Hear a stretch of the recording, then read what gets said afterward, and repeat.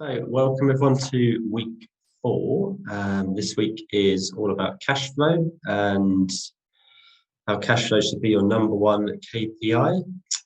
So, the thing with cash flow is sales is vanity, profit is sanity, and cash is the reality. Just want to quickly summarize the 12-week program again while we're here. So weeks 1 and 2, we looked at the key business growth drivers and how by focusing on making small incremental gains, the impact compounds to deliver outstanding growth. Weeks 3 to 9, we go into much more detail to give you practical, real-world, low and no-cost things you can do to improve business growth drivers. In week 3, we went through the quick win cash strategies, looking at overheads. Today, we're going to look at cash flow and how to improve that. Then we'll explore strategies to improve gross margins. We'll also look to plug the leaky bucket, improving customer retention. Then we'll look to upsell and cross-sell to better serve your customers' needs and sell more to existing customers. In week 8, we'll look at strategies to increase the number of transactions and the transaction value, and everything before last, but by no means least, we'll explore new customer acquisition. In this book, we'll discover just how much growth potential exists without, and in most cases before, working to acquire new customers. So now we know how to grow a business, to what end? We need to know exactly by how and by how much, and by when to grow that number to give us the lifestyle we desire. If you're looking to sell your business, we need to know what goes into preparing for exit, and there's a hell of a lot more than people appreciate. Finally, now we have the core structure in place, we need a detailed plan, a detailed 3-way forecast covering profit and loss, cash flow and balance sheet in order to track and record your progress as you go forward.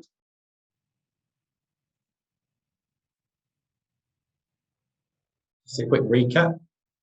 Whatever your goals, you need to be clear on what you're trying to achieve and by when, because a goal without a timescale is simply a wish.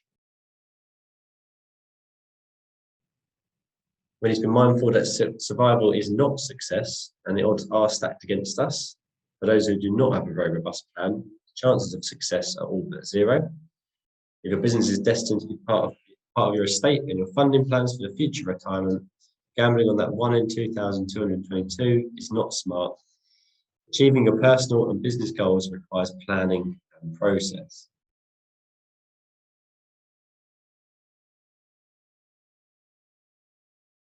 We also highlighted the fact that we must focus on the lead indicators and not the lag indicators.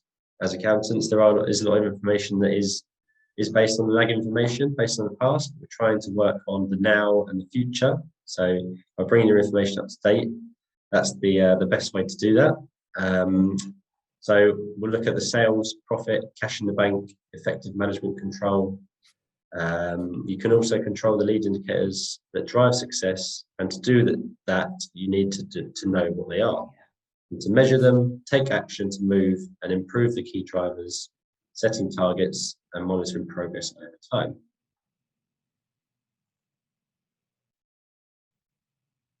We look again at how the British cycling team in 2002 only won the 1 gold in 67 years. In 2008 Olympics, the British team won 7 out of 10. And repeated that in London 4 years later. The team went on to win 3 Tour de France out of 7. How did they achieve this? By breaking down everything that goes into cycling and finding ways to make 1% marginal gains to achieve an overall increase in performance. What worked for the cycling team will work for you. These webinars are here to educate you on small and easy, highly effective ways to increase your business performance. By finding and implementing ways to make small 1% marginal gains, success will look after itself.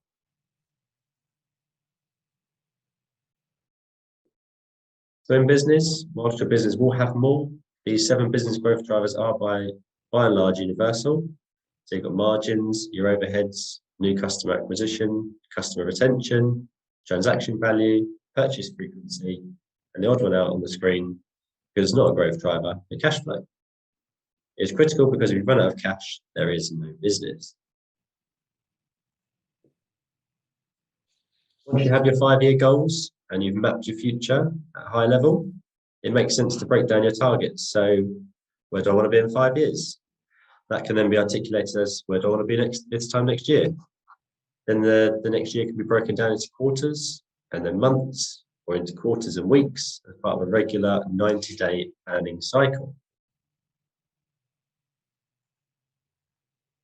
We've already introduced Alex and KPI software and Alex's planned dividend payment with a 80k profit, up 33% on last year. Alex and the family were looking forward to paying themselves a 40k dividend. They're excited at the prospect of a holiday in the sun, or moving to a larger house, or what would have definitely been, they would have definitely preferred, due to the lockdown weight gain, a whole new wardrobe of clothes to wear. However, there is a problem, and it's down to cash flow. Despite the increase in profit, the bank is overdrawn by 53k. So Alex has to explain this to the family, that there's no more clothes, there's no holiday, there's no house move, but never mind, next year will be better, but will it? We also looked at these 3 scenarios. So the first one was to work on increasing those sales. We looked at the impact of 50% more sales, 50% more stress, workload, and everything that goes with it. And we saw that rather than reducing the overdraft, things just got worse. We then looked at the impact of boosting liquidity control at the same time as improving debtor days. And as you can see, this had a massive impact on the overdraft, moving from 53k minus to a positive balance of 54k. It's a positive movement of 107,000. Finally, we looked at one more scenario, the easiest one of the lot.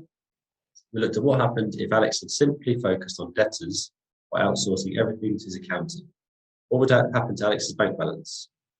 This moved into a credit, which is a positive movement of £87,000. As you can see, busting and guts increased the sales by 50% versus reducing debtor days. The difference in the final bank balance is as little as £20,000. Getting someone else to take care of the credit control and bookkeeping is easy, and it will almost certainly pay for itself. It will leave you with more time and less stress, so that you can focus on what matters, growing your business, whilst they manage your cash flow for you.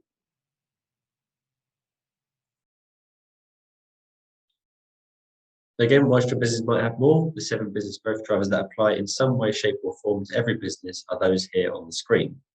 We saw in week 2 how the tiny improvements in some or all of the growth drivers compounds and quickly delivers fantastic results. In week 3, for those that tend to have watched the online video, we set some homework for you. So hopefully now you know how long on average it takes to get paid, your debtor days. Bear in mind that if you don't get invoices raised immediately, your debtor days are even longer.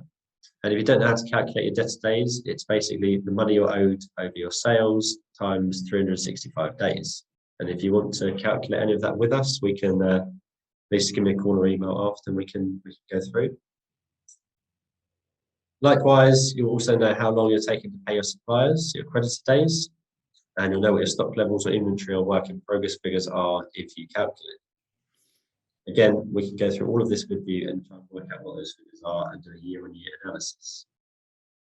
If you have accounting software, this is fairly easy to find, but if not, or you had trouble finding this, please do call me. Right, so let's dig into these a little bit more in detail. So here's Alex's numbers, and to provide clarity, we're going to flip those in the wrong direction, red, and those in the right direction, green.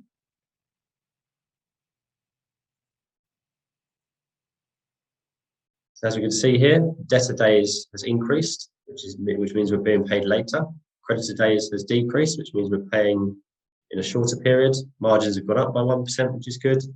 Quick win cash has gone down, which means we've cut our overheads. We've lost 19 customers. Our acquisition's gone down. Retention's also gone down, so we're losing older customers. Transaction value minus £12 per transaction. So again, that's bad. And our frequency has gone up. Although it's gone up, our transaction value has gone down, so we're not overly making the best out of the business. So as I say, we see a lot of red, and we'll be discussing ways to improve all of these over the next few weeks. Last week we covered overheads. Previously, this area, which has the most immediate and direct control. But today we're going to explore the drivers of the cash flow, which are those at the top left. So that's the debtors, creditors, and stock. we can see there's been a slight movement, all in the wrong direction. But what does that impact on the cash balance in the bank? Let's have a look. This table shows Alex's performance for his key business growth drivers. So what we can see on the screen is, if they pop up, so your overheads. So yeah, as I said, we saved £12,000 minus 4%. Debtor days, so they were 68.9. They've gone up to 72. So we've basically been paying people. We've been paid later, so we're actually losing money in our bank. We've decided to pay creditors 4.2 days early, which again, when we're paying out more, receiving less in, which is bad for the business. And we're not calculating stock here because Alex's business doesn't do that, but there will be businesses that do that, and we can run through that with you.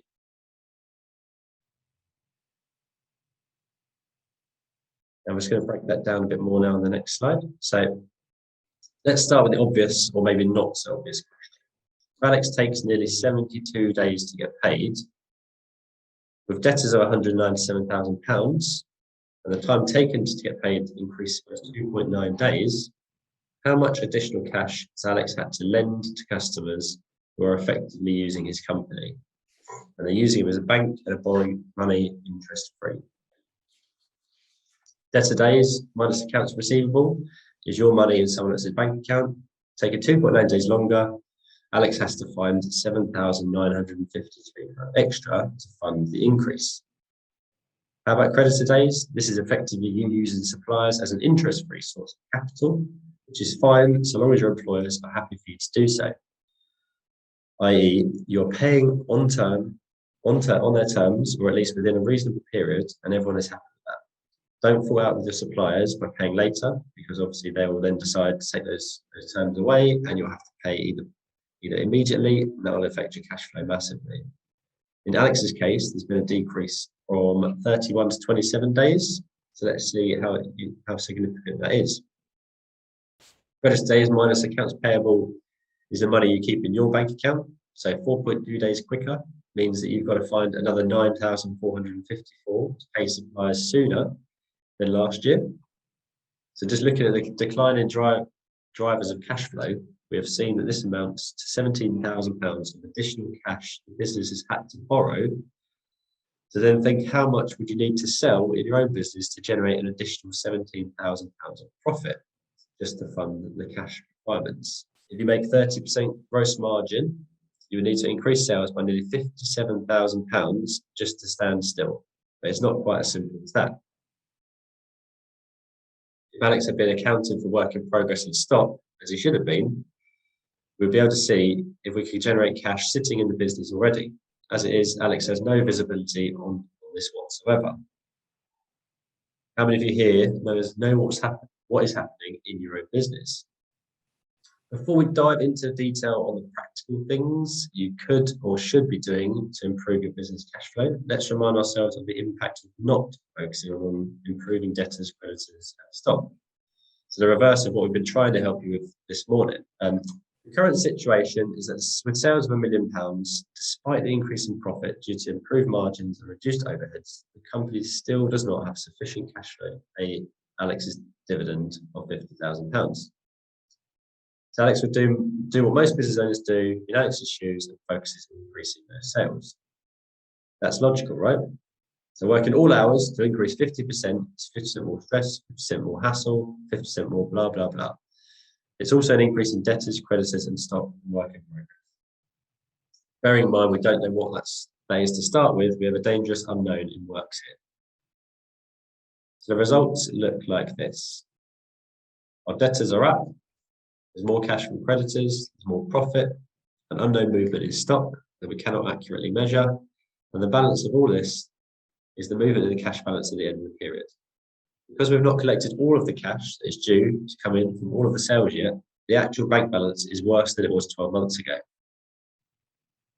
2 years without a dividend could give Alex another problem to deal with, at the same time as working long hours to keep up the 50% increase in sales. He now has the added strain on his personal life of working his arse off for no gain at all. If this was my company, I would 100% be looking at changing this as soon as I can.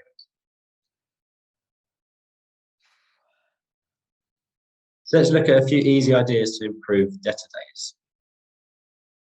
First of all, you have to know where you are and what your current trend is, and work to reduce debtor days systematically whilst tracking and reviewing the results on a regular basis. Set targets for improvements and break them down into bite-sized chunks. Where do you want to be in, say, 12 months? And what movement are you expecting every month? In order to do this, you have to have your bookkeeping in order, up to date, on time, with your overheads and cost of sales correctly posted. Raise invoices immediately. If you're not using an online bookkeeping service, seriously look into making that move. It becomes ridiculously easy for you or anyone in your team to raise invoices on a PC, tablet, mobile at any time from anywhere. So if you're not in the cloud yet, as well as being MTD compliant, which is Making Tax Digital, the government can make their mind up as the date is enforced on all businesses. And we can help you set anything up. So please just give me a shout if you're not on something like Xero or QuickBooks. Bear in mind, most customers will not even think about paying if your credit terms say 30, 45 or 60 days. Unless there is a really compelling reason not to, reduce your credit terms to 15 or maybe 7, or even payment on delivery. How about imposing a payment in advance, or at least part payment in advance? The more you can collect to lower your risk, the better your cash flow will be. Set reminders and chase payments before they're due. You know all too well, he or she who shouts the loudest, etc. So be the one shouting. Make sure your customers know you expect to be paid and when. If you don't do this already, this will have a dramatic impact on your collections and debtor days. Make the credit chasing easier and use more than one means of communication. Email is easy to ignore, and the only recipient will see what is in the email, assuming they read it. Have a process that includes email, phone calls, physical letters, and create scripts for your team to use. This makes it easy, almost certainly more professional, and it makes the customer experience consistent, regardless of who is performing it. The credit control function is then made so much simpler for you. This is easy, cost-effective to outsource. In fact, it typically pays for itself. Thank customers when they pay. It is a small thing, but it does help. Business is conducted by people. The person who is responsible for paying you is more likely to prioritize your payment if they like you. So it pays to be liked. How about persuading your customers to pay monthly on a direct debit, recurring credit card payment, or by standing order? This makes life extremely simple, and it can result in your fees being paid before you provide the service. Take a deposit and look at the stage payments. So those with construction and software suppliers. Do this all the time. Depending on how you structure the process, your cash collections could even be prior to you incurring too much of the cost associated with the transaction. This will make a massive difference to cash flow. Make sure you track, record, and discuss cash flow on a regular basis. Ask your team for ideas and things you can do to improve. Involve everyone in the process.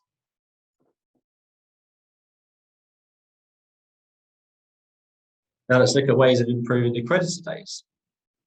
Again, start by knowing your numbers, setting targets, and giving someone responsibility for managing their number. In broad terms, you want creditor days to be as long as possible, but be sensible. You could just not pay them, but that strategy has an extremely short shelf life. So having set your targets and made creditor days a key statistic to monitor, start doing something proactive about it.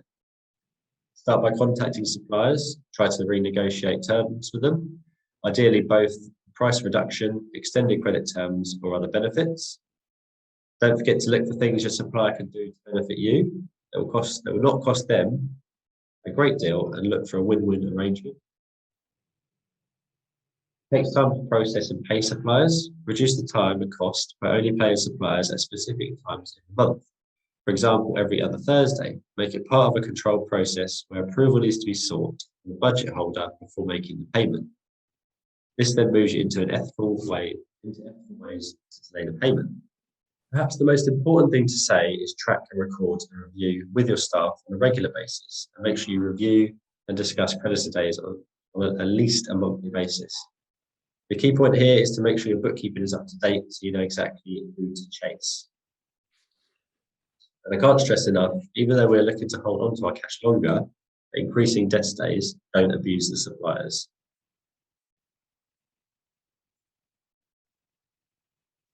Turning to stock and work in progress, for Alex in our scenarios this morning, the most important thing is to review bookkeeping and ensure overheads and variable costs are correctly recorded in the accounts and make sure stock and work in progress is correctly accounted for. The same goes for your business.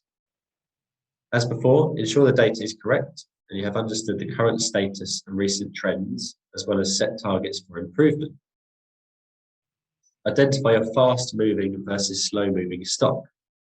If we think of this in terms of a retailer, let's just say a flower shop with stock items being replenished frequently, so they're fast moving, and stock items are rarely or never having to be replenished.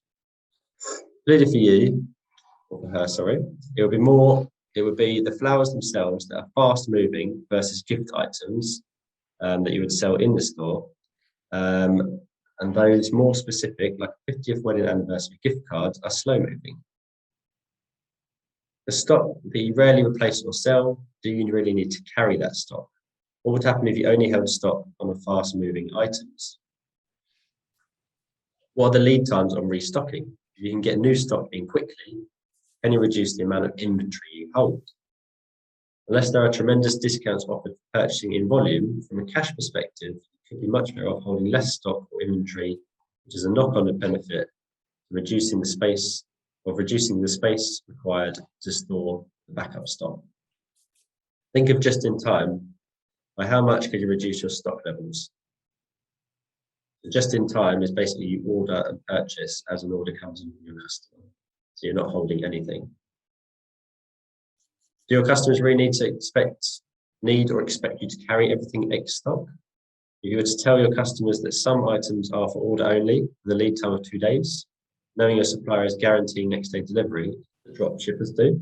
The drop shippers technically sell the goods, collect the money, and then place the order for fast delivery to them and hence to their customer.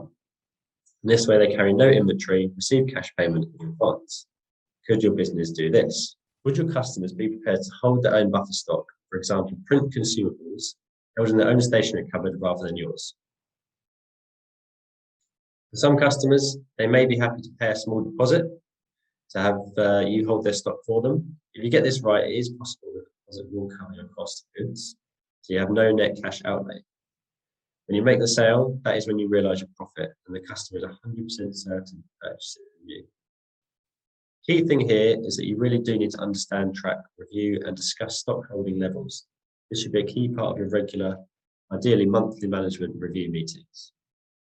And again, if you don't track that and you want to understand stock and work in progress a bit more, please do give us a shout. Let's look at the some management information for Alex. So debtor days currently stands at 71.8 days. Is that good, bad, or indifferent? We don't know without more information, but at face value, that is a disaster. It is going in the wrong direction, and as we've seen, 2.9 days may not seem like much, but with the cash impact that was nearly £7,000, it would be better to reduce the bank overdraft by £7,000 by reducing debtor days, surely. As we've seen, creditor days are running at 27.2 days, and for some reason, Alex is choosing to pay suppliers 4.2 days faster this year. This is resulting in the business having to find an additional £10,000 to fund it.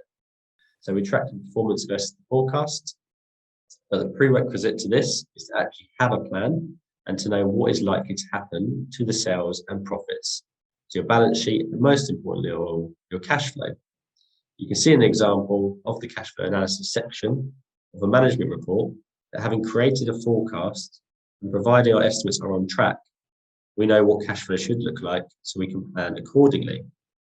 Now, this is all going to be covered in week 12, which is planning and forecasting. So I'm not going to focus on this too much today. But Cliff, who's also on the call, has kindly offered to share his cash flow simulator model with you. So Cliff, I hope it's okay, and hope it's okay for you to share your screen, share what's going on, and don't forget to mention your book, The Cash Flow Code.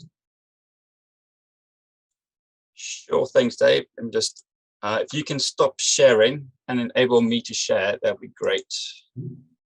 Right, can you all see my screen? Yep. Excellent. So I kind of love all things cash flow. So much so I wrote a book, and I also created a cash flow simulator to go along with it. The reason why I love cash flow so much is because originally I hated it. In one of my first companies, we always struggled with cash flow. Despite the fact that we were profitable, we always struggled with cash. And so what I thought would be a very logical thing to do would be to simply grow myself out of trouble. So I put into a strict marketing plan, and I managed to grow my business by around 20%, only to find that actually I was in a worse position cash-wise than I was before. So I had to do a lot of digging around and understanding and figuring out why that was. And that led me to writing the book and creating this just to help other people not make the same mistakes I made. Now, what I'm going to share with you today is the cash flow simulator, but I'll give you a real life example. And this company was referred to me by an accountant who wanted to grow the company quite aggressively. They wanted to go from around 1.5 million to around 3.5. So it's about 125% growth. And they wanted just to understand what they needed to do in order to grow their business. And what I've learned through past experience is that before you embark on any journey, whether it's business or personal, you have to know two things. And you'll hear me speak about this in session 11. You have to know where you currently are, and you're also going to have to know your destination. Without knowing those 2 points, it's going to be very, very difficult to make sure that you are actually heading in the right direction with any degree of accuracy. So for this client in particular, I put them through the VFD reporting suite, and I found a few things that they needed to work on, but two things really jumped out at me. The first one was his customer retention. Now, his sales and marketing team were doing a brilliant job. They were getting loads and loads of new clients, but they were losing them as fast as they were getting them in. So it boiled down to understanding what they needed to do in terms of creating an internal customer service procedure to keep those clients. So that was a fairly simple thing to implement. But one thing that really jumped out at me was their balance sheet. And more in particular, the accounts receivables and the amount in their account. For a company turning over 1.5 million that has £4,000 in the bank, is a bit scary. £4,000 doesn't go very far. And their accounts receivables was huge. So what I did was to explain this to the owner, because he was very hell-bent on just growing the company. He wanted to know all the strategies to do that. So I took him through this process, which I will take you through now. Now, I've pre-populated this just to save some time, but I took his P&L, and that's his actual turnover, his cost of sales, and his expenses.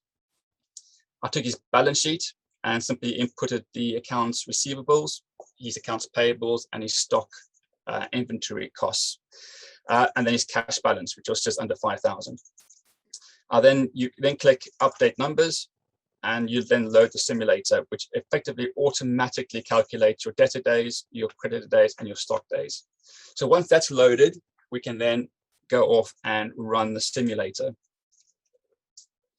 Now, if we assume he does absolutely nothing different from the last 12 months to the next 12 months, this is what his company will look like. Exactly the same, no changes. But for him, he wanted to grow his company by 125%. So I said, well, let's see what happens. See what your company will look like in 12 months' time if we are able to achieve that. So you increase it by 125%, you run the numbers, and you see that, yep, he increased his profit by almost £160,000. But unfortunately, his cash movement was almost 300 or minus £320,000. And I know that he had a very big overdraft. And at the time when we spoke, because he had positive £5,000 in the bank, he was quite happy, because it's very rare that it's actually in the positive. He's more in the red. So for him to be positive, it was good. And that's all that he needed. But he didn't realize the actual impact of growing his company to this extent. And I don't think any bank would extend his overdraft to £320,000. So I said, well, look, let's just forget about growing the business for now. Let's look at the basics. Let's look at easy, quick wins that you could implement very quickly and see what difference that makes. So let's scrap this growth phase for a second and see what happens if we just look at the cash flow drivers. So we go back to his balance sheet, and we can see that his credited or his debtor days are 95, which, you know, for any business is ridiculous. I asked him, what do you think is practical, reasonable to get those numbers down? And for his industry, the rough estimate debtor days was around about 45 days. But I said, well, look, you're still quite away from that, and we need to have quick wins. What do you think is achievable? What do you think can be, what is feasible for the next at least 3-4 months? And he reckoned that he could get it down to 60 days. And that's simply by taking somebody on either internally, just to work on 2.5 days of pure credit control, hiring his accountant to undertake this task, but effectively, he reckons you can get down to 60 days, and we can see what impact that has on the business. So just by doing that, he improves his cash balance or cash movement by £152,000. So just having someone looking after his credit control system. Now I've got all the templates for phone calls, for emails, for letters that they can use and simply plug into the system. And just by doing that, he improves his cash balance by over £150,000. Look at his credit days. He's paying them a little bit too quickly.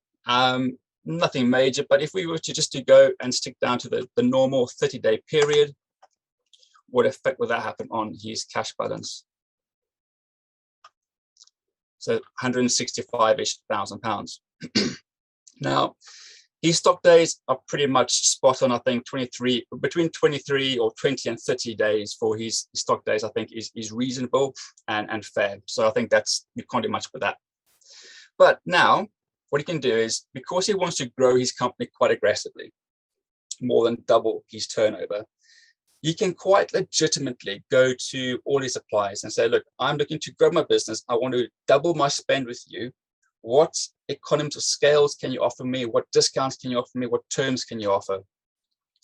And conservatively speaking, and being really pessimistic, I reckon he could reduce his cost of sales by around 2%. Probably more if he pushes, but let's be conservative here. So you run those numbers, and you can see just by having a few phone calls, probably no more than half a day, he will add an extra almost £32,000 to his profit, and his cash movement goes to almost just over 195,000. Then if we were to look at his overheads and expenses, I'm pretty confident that most companies that I go and see, I can find at least 5% worth of savings. For those of you who were here a couple of weeks ago, when I had my first business where I went in and did a £10 refund every day to buy my lunch, that all added up and accumulated. So by looking at needless expenditure, we could find, I reckon, again, being conservative, at least 3% worth of savings. So if we do that, what does that do to his company? So just by doing that, you improve your profit by almost £80,000, and your cash movement goes to around just under £240,000. So from your point of view, how much work would be required to achieve this? How much extra time would it take? Because if you use debtor days, get a credit control system in place, that's not very much. Just delaying paying your suppliers by a few days within your terms doesn't take very much. And having a few conversations with your suppliers to get better terms, and going through your expenses to save some money doesn't take much. So he has improved his bottom line by quite substantial margin. So now that his company is efficient or running as efficient as possible for where he needs to be, what happens now if we were to grow his business by 125%?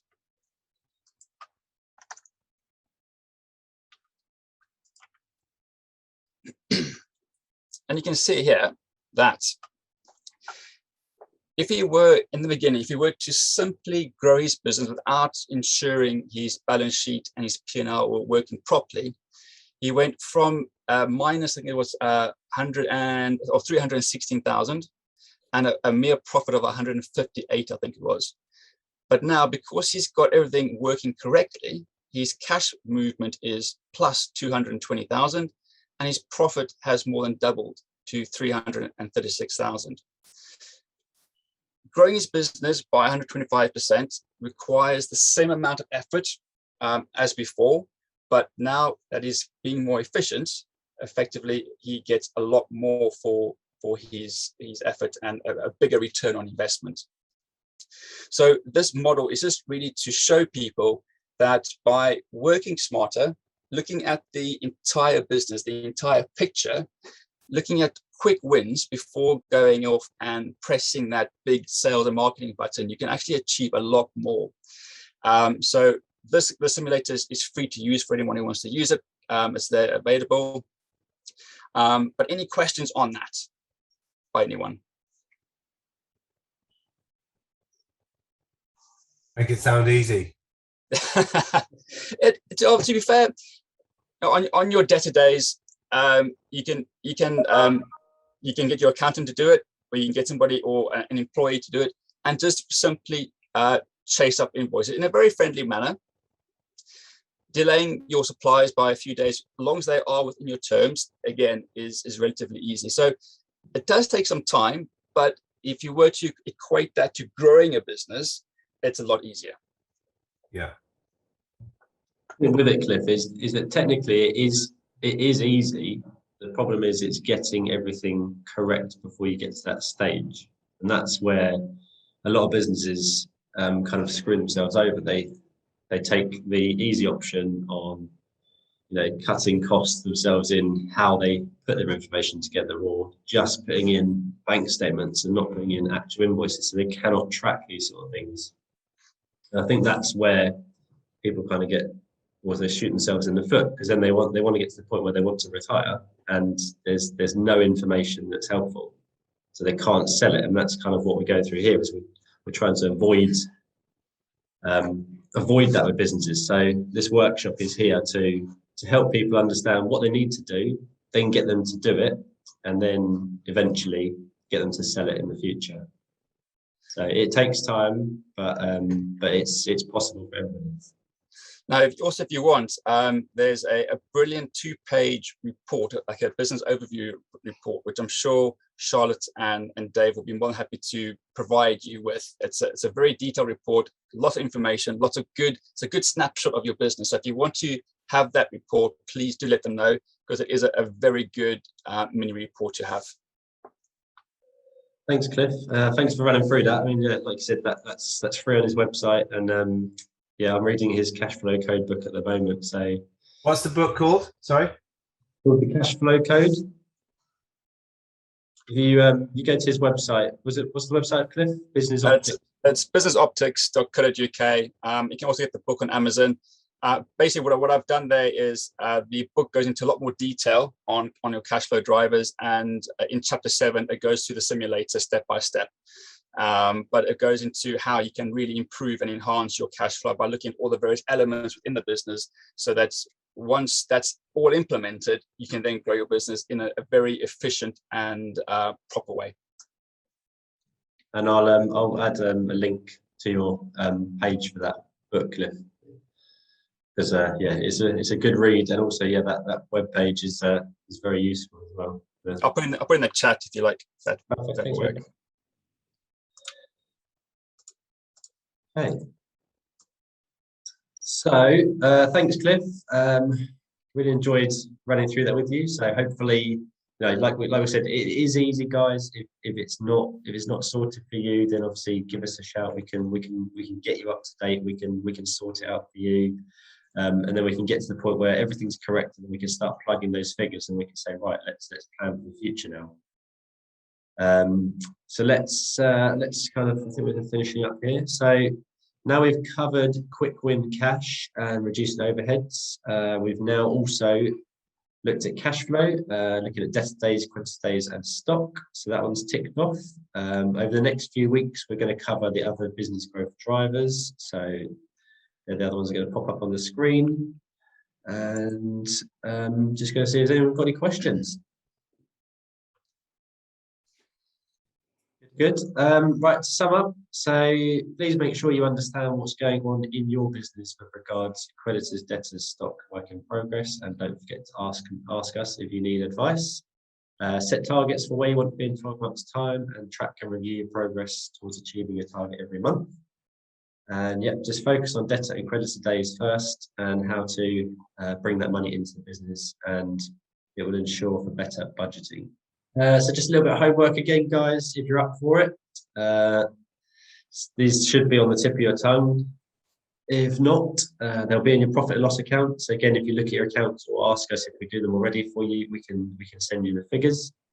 So please have a look at what your gross margin was last year. Have a look at what your gross margin is this year, and are you moving in the right direction? So you can do a percentage variance on the two, and what is your target for improvement? After cash, this is by far the next most important KPI, key performance indicator. And if you don't know what it is, well, as you'll see next week, it is very important. So let's make sure you go to our website and events page and book your free place. So now we've covered week 4 of the 12 sessions. So this week was cash flow. Next week, we're going to move on to gross margins and cost control before looking at the other key business drivers and then thinking about our ultimate goal and how to achieve it. So yeah, please head to the website. Week 5 to 12 are up there. Please book your place as early as possible. Please promote this to anyone you know who could benefit from the sessions, anyone looking to sell their business in the future, anyone who doesn't understand their business. And also the previous sessions and this week will be uploaded later this week if you've missed them. And that's just thank you from us. Thank you, guys.